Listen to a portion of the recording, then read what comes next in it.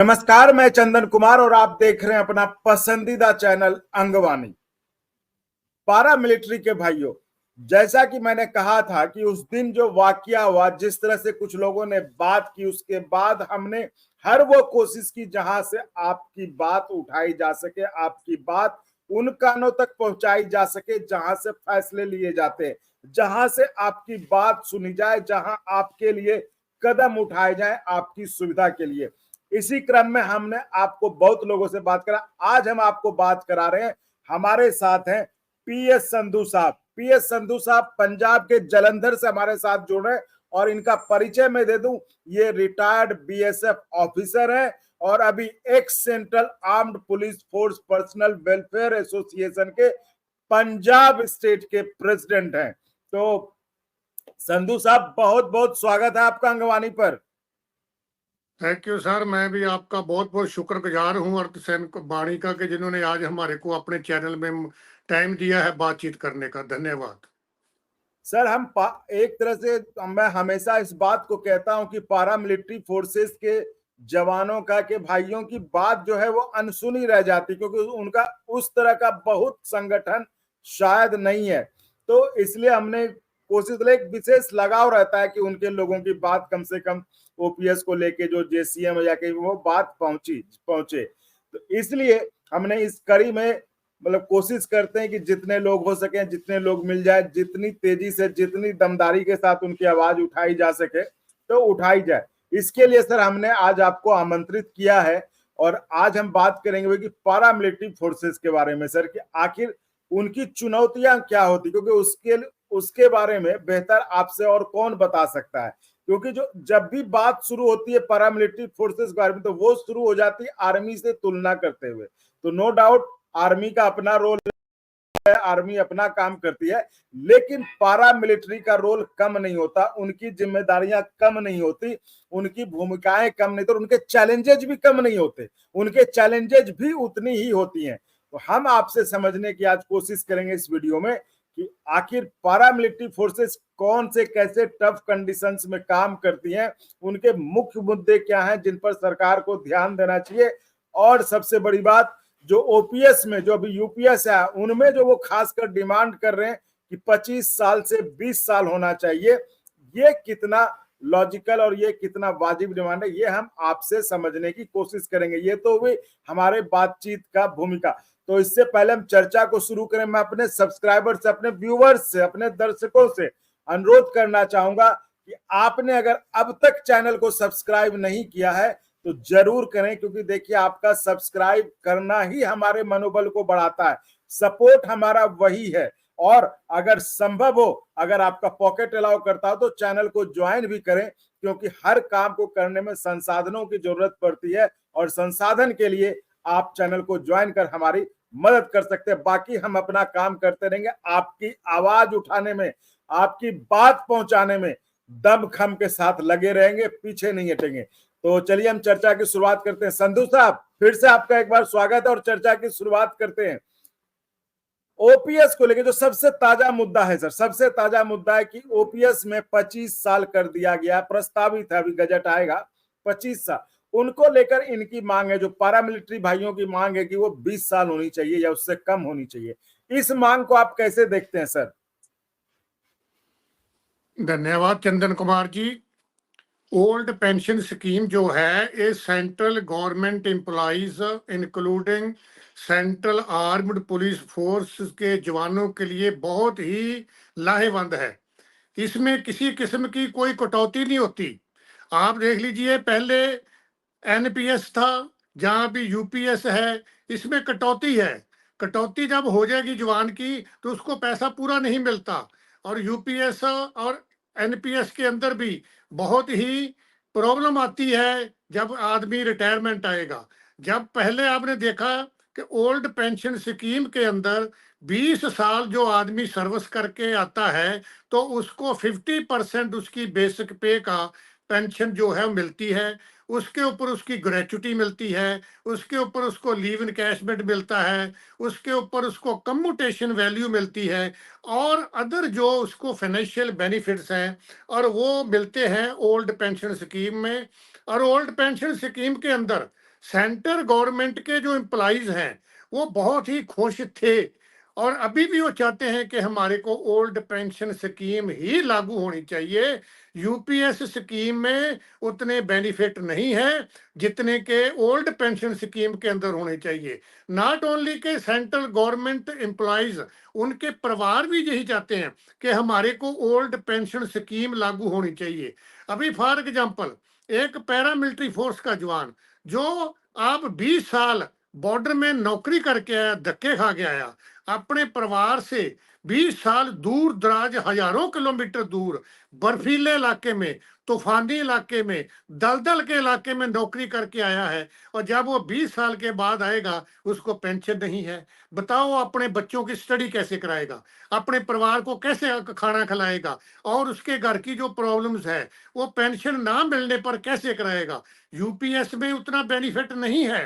तो इसलिए हमारी यही ही डिमांड है, सेंट्रल गवर्नमेंट एम्प्लॉइज की यही डिमांड है कि जो ओल्ड पेंशन स्कीम जो है वो लागू होनी चाहिए।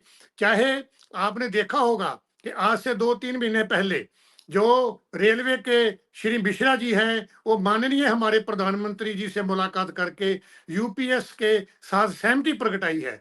मैं उनसे ये पूछना चाहता हूं कि यार यूपीएस जो है आपको रेलवे को बेनिफिटेड होगा, हमारे को बेनिफिटेड नहीं है। रेलवे की ड्यूटी, पैरामिलिट्री फोर्स की ड्यूटी जमीन आसमान का फर्क है। पैरामिलिट्री फोर्स का जवान चाहे बारिश हो, चाहे अंधेरी हो, चाहे बिजली कड़कती हो, चाहे दलदल का इलाका हो, चाहे नक्सलवाद का इलाका हो, चाहे बर्फीला इलाका हो, वो अपनी जान तली के ऊपर धर के ड्यूटी करता है। अगर बॉर्डर सिक्योरिटी फोर्स का जवान बॉर्डर के ऊपर, हिंदुस्तान पाकिस्तान के बॉर्डर के ऊपर, हिंदुस्तान बांग्लादेश के बॉर्डर ऊपर 24 आवर्स राइफल लेके खड़ा रहता है, तभी ही हिंदुस्तान की जो पब्लिक है वो आराम से नींद की चैन सोती है और अपने कारोबार करती है। इवन जहां तक आर्मी के जवान जो बैरकों में रहते हैं वो भी नींद की चैन तभी सो सकते हैं जब बॉर्डर सिक्योरिटी फोर्स का जवान, जहां एसएसबी का जवान, जहां आईटीबीपी का जवान बॉर्डर के अपनी पूरी रक्षा करता है तो पूरा हिंदुस्तान तसल्ली से आराम की नींद सोता है। फिर हमारे साथ इतना भेदभाव क्यों हो रहा है? हमारे को आर्मी, नेवी और एयरफोर्स के बराबर उनकी सहूलतें क्यों नहीं दी जा रही, जबकि हमारी 24 आवर्स ड्यूटी है सेंट्रल आर्म्ड पुलिस फोर्स के जवानों की। सर ये तो सर आपने बहुत अच्छे से और एक मतलब जो कहते हैं कि समझदार तरीके से आपने ये समझाया कि आखिर कैसे आर्मी और पैरामिलिट्री फोर्सेस के जवान एक साथ काम करते हैं, चाहे बॉर्डर हो, चाहे नक्सली इलाका हो, चाहे कहीं भी। तो वो ये तो सर समझ में आ गया, लेकिन हम आपसे ये समझना चाहते हैं जो लोग कहते हैं कि आखिर सीएपीएफ के लोगों का जो जो ये मांग करते हैं कि 25 साल जो अभी यूपीएस में प्रस्तावित है कि 25 साल सेवा करने पर ही आपको पेंशन का जो फायदा मिलेगा, जो 50% कहते हैं, वो कहने की 25 साल नहीं 20 साल होना चाहिए, है ना। तो ये इस मांग पर आपका ये मांग कितना मतलब 20 साल करना चाहिए और इसके करने के पीछे आधार क्या है सर? हम ये सवाल आपसे इसलिए पूछ रहे ताकि ये बात दूर दूर तक जाए, उन कानों तक पहुंचे जो नियम बनाते हैं, जो कानून बनाते हैं, ताकि वो इस पर कोई कार्रवाई कर सके। मैं आपको चंदन कुमार जी यहाँ ये क्लियर कर देना चाहता हूँ कि यूपीएस का जो स्कीम लागू किया है गवर्नमेंट ने, तो हमारे जो सेंट्रल पैरामिलिट्री फोर्स के जवान हैं वो नहीं चाहते हैं कि 25 साल से 20 साल कर दिया जाए। वो यही चाहते हैं कि हमारे को ओल्ड पेंशन स्कीम ही लागू होनी चाहिए, हमारे को ओल्ड पेंशन स्कीम ही फायदेमंद है। हम यूपीएस के साथ सहमत नहीं है। ऐसा किसी ने नहीं सहमति प्रगटाई कि 25 साल से 20 साल कर दो और हमारे को यूपीएस सहमति में हम सहमति देते हैं, ऐसा चंदन कुमार जी नहीं है। ओल्ड पेंशन स्कीम ही पैरामिलिट्री फोर्स के जवान सर्विंग और रिटायर जो आने वाले जिनकी 20 साल हो गई है वो भी यही चाहते हैं कि हमारे को ओल्ड पेंशन स्कीम ही लागू होनी चाहिए। सर अभी तक तो 20 साल ही था ना, कोई ये नहीं कह रहा कि हमें ओपीएस नहीं चाहिए, सबकी डिमांड है कि ओपीएस ही चाहिए। इवन जो जिन मिश्रा जी का नाम आपने लिया जो जेसीएम में गए थे, वो भी कहते कि हमको ओपीएस ही चाहिए, वो नहीं कहते कि हमको ओपीएस नहीं चाहिए। वो कहते हैं कि चूंकि अभी हमको ओपीएस सरकार नहीं दे रही है तो ओपीएस यूपीएस हमने लिया, चूंकि उसमें ज्यादा फायदे थे। हम उस पर नहीं जा रहे, हम ये कह रहे हैं क्या एक पारामिलिट्री फोर्स के जवान के लिए 25 साल तक काम कर पाना संभव है, या उनको 20 साल जो उनकी डिमांड है कि चूंकि इतने टफ कंडीशंस में बड़े अजीबो गरीब जगह पे काम करते हैं, पहाड़ों पे, है ना, जैसे अरुणाचल में हो गया, जम्मू कश्मीर हो गया, नक्सल वाले इलाके हो गए, तो क्या शरीर उस हिसाब से काम करने के लायक रहता है कि 25 साल तक काम किया जा सके? चंदन कुमार जी, जैसे आपने पूछा है कि यूपीएस में 25 साल तक सर्विस करना संभव है या नहीं है, 20 साल क्यों लोग कहना चाह रहे हैं, हो सर सकता कुछ यूपीएस लोग भूल कहना जाइए, चाहते हो। सर नहीं, यूपीएस भूल जाइए, हाँ, मैं मैं कह वही रहा हूँ। कहना चाहता हूँ। मैं हाँ अभी आपको हाँ यही बताना चाहता हूँ कि लोगों का ये मानना है कि 20 साल के बाद जो आदमी जो इतने टफ एरिया में ड्यूटी करता है उसको शरीर शरीर शरीर में प्रॉब्लम आ जाती है। उसको जो है अपने 20 साल तक वो उसने घर के कई काम नहीं किए होते, वो चाहता है कि मैं 20 साल सर्विस करके अपने घर में आऊं और अपने घर के काम काज करूं। जी दूसरा, जो कुछ पैरामिलिट्री फोर्स के जवानों का मोराल भी डाउन रहता है क्योंकि उनकी टफ ड्यूटी और उनको फाइनेंशियल पूरी अपना आर्म्ड फोर्सेस के बराबर हक ना मिलना और उनको टाइमली छुट्टी ना मिलना और भी जो उनकी प्रावधान, उनकी जो मुश्किलें हैं, जिसकी वजह से वो ये चाहते हैं कि 25 साल ना होना चाहिए, हमारे को 20 साल ही रहने दो, हम 20 साल सर्विस करके अपने घर में आए और अपने परिवार से संतुष्टि कहें। आपने देखा होगा कि ड्यूटी इतनी टफ हो गई है, हालात इतने खराब हो गए हैं पैरामिलिट्री फोर्स के अंदर कि लोग सुसाइड कर रहे हैं। आए दिन आदमी का सुसाइड होता है। वो फिर फाइनल यही उनका सोचना है कि 20 साल ही होने चाहिए, 20 साल के बाद ही हम अपनी पेंशन आ जाए। जी सर, ये आपने बहुत अच्छी बात बताई कि आखिर ये उनको भी जवाब है जो विरोध करते हैं इस बात का कि पारामिलिट्री फोर्सेस के जवानों के लिए सेवावधि कम क्यों की जाए। ये जवाब था क्यों, क्योंकि पारामिलिट्री फोर्सेस इतने टफ कंडीशंस में काम करते हैं, ऐसी जगहों पे काम करते हैं, इतने सालों तक परिवार से दूर रहते, अपने घर के काम नहीं निपटा सकते, अपने माँ बाप को नहीं देख पाते, अपने परिवार को नहीं देख पाते, और जो उनकी जिम्मेदारियां हैं उसको नहीं, क्योंकि वो एक बिल्कुल अलग दुनिया में रहते हैं, कहीं अरुणाचल की पहाड़ों पर रहते हैं, कभी छत्तीसगढ़ के नक्सली इलाकों में रहते हैं। तो ये कारण है जिसके कारण जो आर्म पारामिलिट्री फोर्सेस के भाई मांगते हैं कि हमको 25 साल ने 20 साल करिए। और जैसा कि बहुत बड़ी बात कही संधू साहब ने कि ये वो कारण है जिसके कारण उनका वो खुद में परेशान रहते हैं, और जिसके कारण की सुसाइड या फिर शूटिंग वाली घटनाएं, एक दो मतलब अनफॉर्चुनेट घटना, लेकिन वो सब सामने आती है। तो सरकार को इस पर ध्यान देना चाहिए जो कि बहुत जरूरी है। संधू साहब, अब हम आपके थोड़ा संगठन पर थोड़ा बात करना चाहेंगे। ये तो हो गया, और हम आपसे चूंकि बार बार जुड़ेंगे और हम आगे भी बात करेंगे आपसे। सर, आपका जो संगठन है वो कैसे काम करता है सर, और जैसे आपके संगठन ने किन मुद्दों को उठाया अब तक पारामिलिट्री फोर्सेस के लिए? हमारा संगठन जो है x central armed police force personal welfare association, जो पंजाब है, इसका जलंधर में ऑफिस है। हमारी एसोसिएशन जो है पंजाब गवर्नमेंट से रजिस्टर्ड है प्रॉपर। हमारा एक्चुअली फर्स्ट जो मुद्दा है काम करने का कि वो जो retired central armed police force के जवान हैं, जहाँ उनकी विधवाएं हैं, जहाँ उनके परिवार हैं, जिनकी मुश्किलें हैं, बहुत किस्म की मुश्किलें जो हमारे नोटिस में आती है पिछले 4 साल में, और हमने उनको दुरुस्त करते हैं, उनको ठीक करवाते हैं। उनकी चाहे कोई एप्लीकेशन लिखना हो, चाहे उसकी रजिस्ट्री करनी हो, उनके कंसर्न डिपार्टमेंट जहां से वो रिटायर आए हो, उनसे हम कॉन्टेक्ट करके ऑफिशियली डीओ लेटर लिख के कंसर्न कमांडेंट्स को उनके जो पेंडिंग मुद्दे हैं वो हम सुलझाते हैं। कई तो इतने पेंडिंग पुराने केसेस थे रिटायरीज के, स्पेशली विडोज के, जिनको 12-12 साल से पेंशन नहीं मिली अभी तक। हमारी अच्छा। एसोसिएशन ने दिल्ली से राब्ता कायम करके, पर्सनली मीटिंग करके, हम डीजी बीएसएफ श्री पंकज कुमार जो हमारे पहले डीजी बीएसएफ थे, हम 2 बार उनसे मुलाकात की। उसके बाद हमारे नितिन अग्रवाल जी डीजी बीएसएफ रहे हैं, उनसे मीटिंग की। हम पीएडी के डायरेक्टर से मीटिंग करते हैं। अभी लास्ट ईयर हमने principal chief controller of accounts ministry of home affair madam T K Kalyani से मीटिंग करके आए थे। हमने ये उनको बताया कि ये पीएडी जो बीएसएफ न्यू दिल्ली है, इसके अंदर बहुत सारे बीएसएफ के रिटायरीज के मुद्दे जो हैं वो पेंडिंग है। और हमारी जो सुनवाई हुई, हमारी रिक्वेस्ट को उन्होंने प्रवान किया और वो हमारे तकरीबन 100 में से 80% जो रिटायरीज के पेंडिंग केसेस थे वो हमारे सॉर्ट आउट हुए हैं। इसके अन्य भी हम सीआरपी हेडक्वार्टर से, सीएसएफ के हेडक्वार्टर से, आईटीबीपी, एसएसबी के हेडक्वार्टर से अपने कॉरस्पॉन्डेंट के थ्रू लोगों के, रिटायरीज के, विधवाओं के, उनके जो हम काम करते हैं। सर सुन के बहुत अच्छा लगा, और जो व्यूअर्स हैं, जो दर्शक हैं, उनको भी अच्छा लगा कि आप इतना कुछ कर रहे हैं पैरामिलिट्री फोर्सेस के लिए, के लोगों के लिए। एक चीज मैं एक और सॉरी इसमें और ऐड करना चाहता था। हम एक जी चीज और आपको बताना चाहते हैं। हम आज से 3-4 साल पहले अपने डीजी बीएसएफ से मीटिंग किया।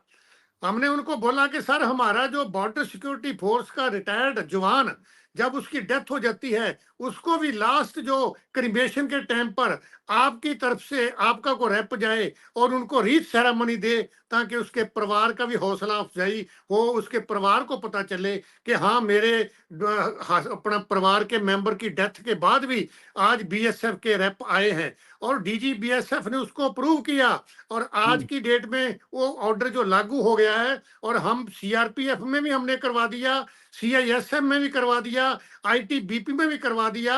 और आप ये सुन के बहुत अशुभ अपना रहेंगे, चिंत रहेंगे कि हाँ पंजाब के अंदर जहां कहीं भी हाँ सीएपीएफ के रिटायरीज की डेथ का हमारे को पता चलता है, हमारा जी पूरा हमारी टीम जाती है और बीएसएफ की या सीआरपी की जो गार्ड है वो प्रॉपर गार्ड जाके उसके सल्यूट करती है, उसके क्रीमेशन जब होता है। और उसके परिवार को हम फाइनेंशियल जो गवर्नमेंट बीएसएफ की तरफ से, सीआरपी की तरफ से 8,010 रुपए का जो प्रावधान है हम वो भी उनको लेके देते हैं। और उसका जो प्रॉपर उसको गार्ड ऑफ ऑनर दे के उसके परिवार की मुश्किलों को सुन के आते हैं। स्पेशली हमारा जो डिस्ट्रिक्ट गुरदासपुर है, हमारे गुरदासपुर की डिस्ट्रिक्ट की एसोसिएशन है, बहुत बढ़िया काम कर रही है। पूरे पंजाब के विच सबसे अच्छा काम जो कर रही है हमारे पंजाब के डिस्ट्रिक्ट गुरदासपुर की एसोसिएशन, जिसके प्रधान श्री जसबीर सिंह जी डाला है, निर्मल सिंह जी उनके चेयरमैन है, और उनके हरबंस सिंह जी मान, दर्शन सिंह जी, परशोत्तम सिंह जी और अन्य इनकी टीम के मेंबर है।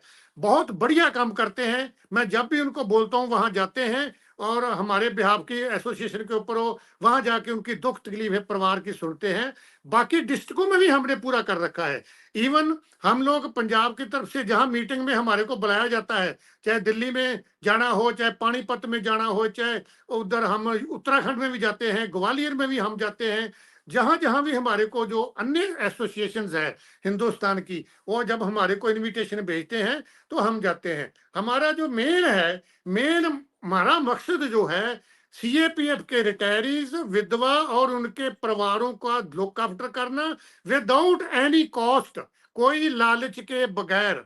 अगर मैं आपको बताऊं, आप हम्म अमेजिन रहेंगे कि पिछले हम्म 4 साल के अंदर मैंने पैरामिलिट्री फोर्स की विधवा और रिटायर जवानों का तकरीबन 3 करोड़ का एरियर दिला दिया है, जो अरे कई सालों से रुका हुआ था। अपने वाह कॉरस्पॉन्डेंस करके, लाइसेंस करके, जाके मिलने की, हम कभी किसी से कुछ नहीं लेते हैं एक्सेप्ट कि वो हमारी मेंबरशिप मेंबर बनता है एसोसिएशन का। जस्ट एक हमारा फिक्स्ड किया हुआ है कि रैंक वाइज छोटा सा अमाउंट होता है, वो मेंबरशिप बनता है, उसका प्रॉपर रसीद कटी जाती है, उसका अकाउंट फायर होता है, अकाउंट उसके खोले हुए हैं। वो हमारा जो है वो हमारी एसओपी जो बनी है उसके मुताबिक एक ही बार वो लेते हैं हम, ऑफिशियली होता है, उसमें कोई ऐसा नहीं। पूरी हमारी एग्जीक्यूटिव कमेटी है, उसका पूरा हिसाब किताब प्रॉपर रखा जाता है। तो सर ये तो आप बहुत अच्छा काम कर रहे हैं, और मैं चाहता हूं, हमारी कोशिश भी ये रहती है कि कोई भी अगर अच्छा काम कर रहा है, चूंकि हमारा देश इतना बड़ा है, तो देश के किसी हिस्से में अगर कोई अच्छा काम हो रहा है तो वो बात दूर दूर तक फैले, ताकि दूसरे इलाकों में भी जो अच्छाई है वो काम हो सके, दूसरे लोग भी कर सकें। तो संधू साहब, बहुत बहुत धन्यवाद इस चर्चा में जुड़ने के लिए। खासकर आपने जो पैरामिलिट्री फोर्सेस के बारे में बताया, जिस तरह से वो काम और कैसे उनकी जो मांगे हैं वो कैसे वाजिब हैं, और उन पर क्यों सरकार को ध्यान देना चाहिए, वो सारी बातें बताई। और बाकी तो आप जो काम कर रहे हैं वो बेहतरीन है ही, तो उसके लिए आपको और शुभकामनाएं कि आप खूब करें। तो इस चर्चा को हम विराम देते हैं, आपसे हम फिर जुड़ेंगे, क्योंकि पारामिलिट्री फोर्सेस के जवानों उनके उन भाइयों की बात कहीं ना कहीं अनसुनी रह जाती है, अनरिप्रेजेंटेड थोड़ा रह जाती है। तो मैं देश के तमाम लोगों से कहना चाहूंगा कि आप भी अगर ऐसा कुछ कर रहे हैं अपने अपने इलाके में, क्योंकि देखिए दिल्ली का तो हिसाब नेतागिरी वाला हो जाता है, जो यहाँ लोग आवाज उठाते काम करते वो अपना हिसाब करते हैं। तो क्योंकि मैं जानता हूं कि देश इतना बड़ा देश है, 1 अरब की आबादी, वहां बहुत सारे लोग हैं जो इसी तरह संधू साहब जैसे लोग जिस तरह से लोग काम करते हैं।